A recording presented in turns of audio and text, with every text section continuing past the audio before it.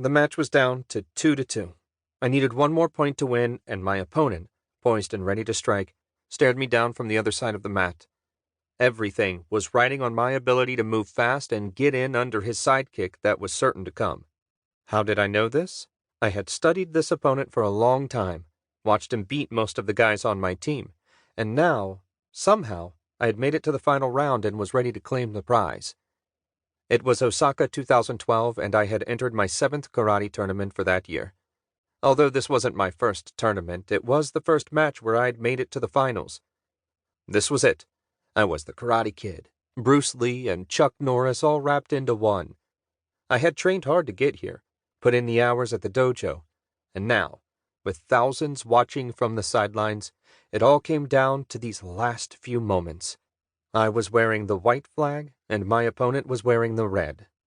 In karate tournaments, when a point is scored, the spotters outside the ring raise the flag when points are scored. 2-2.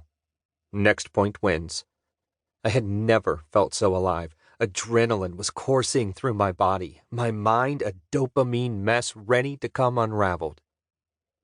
As we braced for the final round, the judge placed a hand between us in the center of the ring. With a final, "Hi!" the fight started. And this is when it happened. I could sense a shift in my confidence, like when you're riding the roller coaster and on the long drop down, your heart leaps into your throat as the coaster defies gravity, carrying you toward the bottom of the funnel before surging upward again. Downward spiral at 50 miles an hour.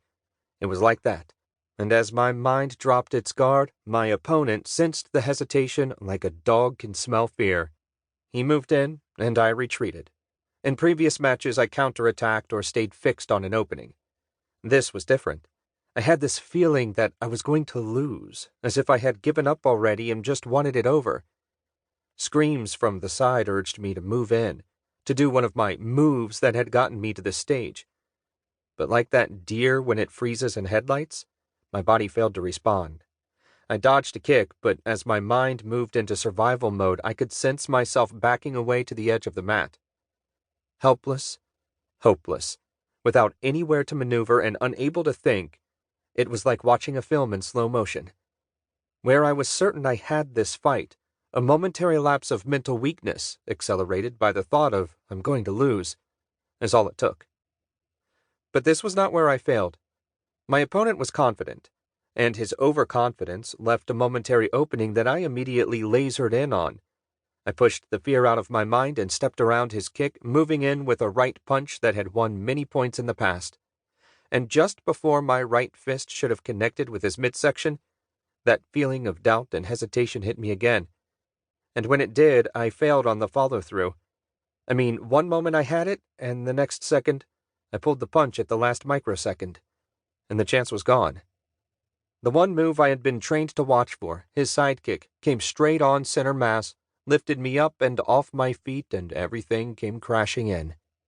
The force of the kick didn't hurt, but the momentary shock of knowing I was finished definitely sank in as I sank to the mat, more as a sign of defeat than anything. And that was that. I walked away with the second-place trophy, but it wasn't what I wanted. It's not just that I wanted to win. Everybody wants to win. But the fact that I knew I could have won because I had what it takes. I had trained and worked for it. My hesitation in that moment caused fear, and fear led to panic. Panic became desperation. Desperation becomes uncertainty.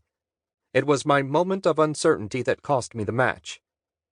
I walked away that day with the second-place trophy and a lesson in life that would change everything.